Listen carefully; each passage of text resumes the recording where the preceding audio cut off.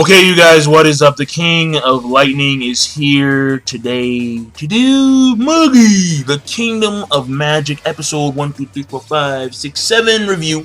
So that means that you guys can, of course, look down in the description box below for the link to the series on Crunchyroll.com. Now, I do know that in the States you can see it, in Canada I'm pretty sure you can see it, but in Europe there's a problem. So if you guys have that issue because of your location, then I suggest go on Google, Bing. I'm actually using Bing now for some odd reason. I don't know. Well, I don't know when I started transfer over, but I'm using Bing now for like all my searches. I don't know why, but I am. Screw it, whatever.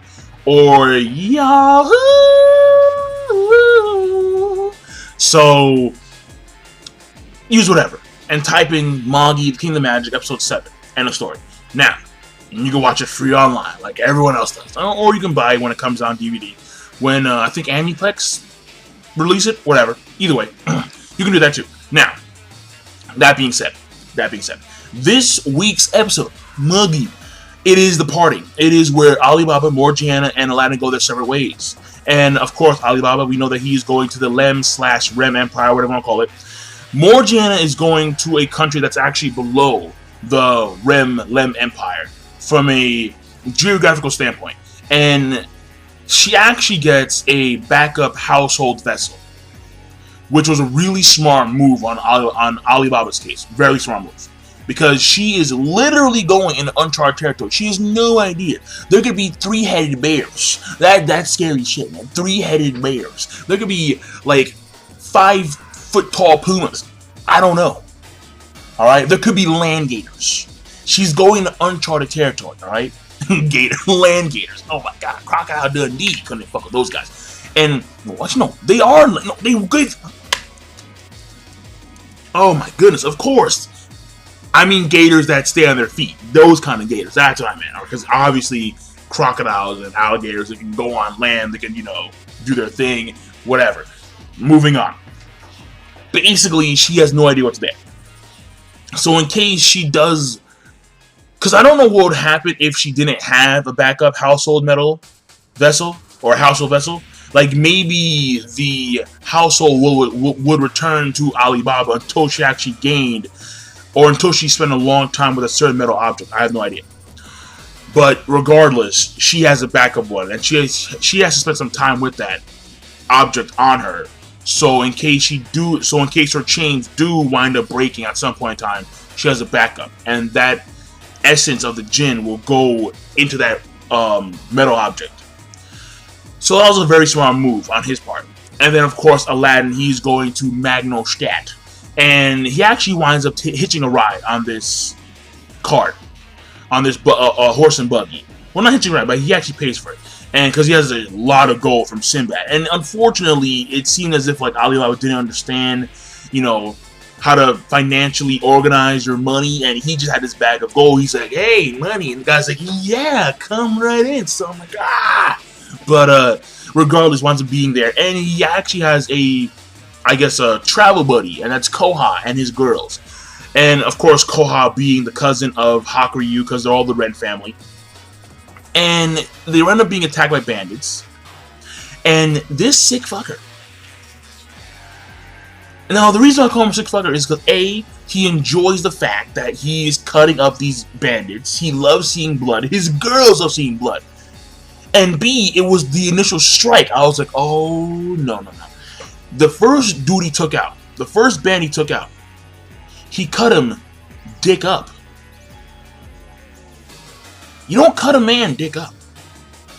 No guy wants to go out dick up. No. And then his girls are like, yay, blood. And he's like, yeah. I'm like, no. Shit fucks. Oh my god, no. And you can see the person who actually controls or rides the horse. I don't know what he is. Like the guy in front. He's freaking out. He's like, oh my god. Like, this is disgusting. And this guy, he's just going about slaughtering everybody. Now his djinn, he actually has a metal vessel, and of course he has a djinn, and I forgot what it's called. It's called like Mua something. But basically it grows, and we see this all the time in anime manga, where a weapon, it kind of grows to a certain length and has like a base length, and he's able to actually grow it mid-swing. and cut like sections of forests and bodies and all that kind of stuff. And at some point, he actually stabs his weapon to the ground, makes it grow, and he goes several hundred meters into the actual air and brings that shit down, makes like a small fissure, like it's damn Pokemon, like you're a damn Doug Trio. And I'm sitting here, I'm like, dude, what the heck? And then blood, of course, they blacked it out. Well, yeah, like when people get cut in half in this show, they blacked it out, they black and white it, which was lame, but we get to see the end result, which is corpses and blood and debris, and then scared dudes and freaked out dudes and horny girls. It was weird, but whatever. The end result is that he has a buddy for like 9 days until he actually reaches Magnustat. Then he actually does the board to show that he's a magician. He has these limiters, I call them limiters, on his forearm to prevent him from taking energy, Magoi, from the Rook around him. Because normally it happens because he's a Magi, because the Magi are, of course, they're favorited by the Rook around him. But now, as long as he's using magic, it's going to require his own Magoi. So that's a huge change, because now that's going to take up a lot more energy from him. That's very obvious. So, and plus, also, keep in mind that he's a little child. He's like, what? Alibaba's like, no, Aladdin, he is, I'll probably say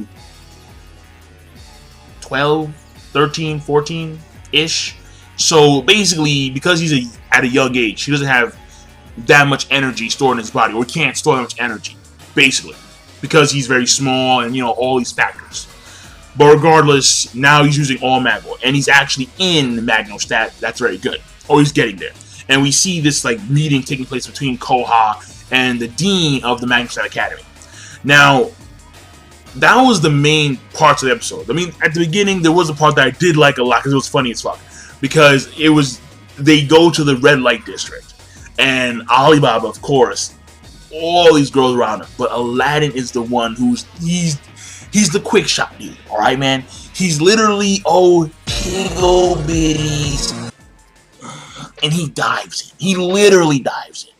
And there was at one point where he's on this girl's lap, and he's sizing her up, doing this thing, yeah, and has her breast on his head. Then another girl comes to him, has a wine glass in between her kegels. I'm like, what? That is impressive. That is damn impressive, man. And then she's like, you want a drink? I'm like, good lord. And he's like, yeah. I was like, when it comes to partying, he's no kid. He's like, bring me the best girl you got.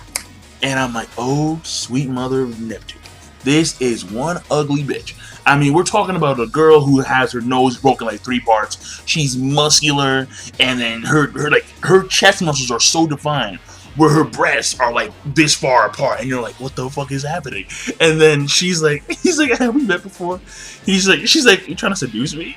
Oh no, hell, chop shit. That was funny, but Alibaba didn't have that much fun at all that night.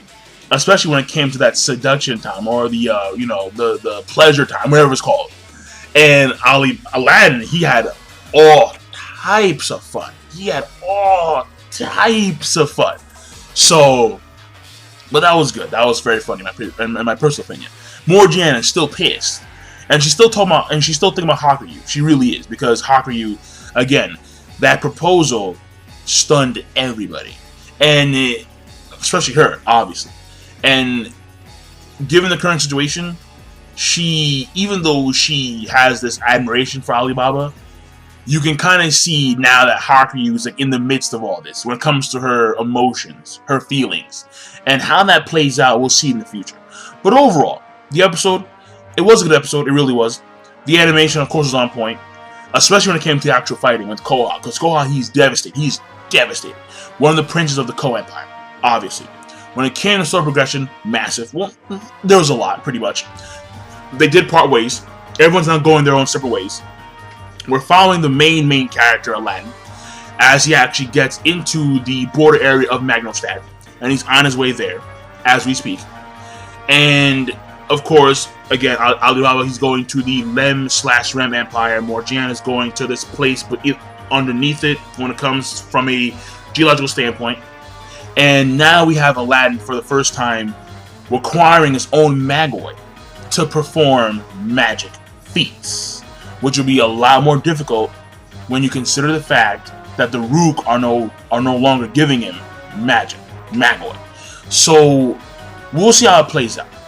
But overall, it was a good episode of Magi, and I'll leave it at that. So King Lightning, be sure to, of course, rate, comment, and subscribe. As always, peace, Tig, old idiots.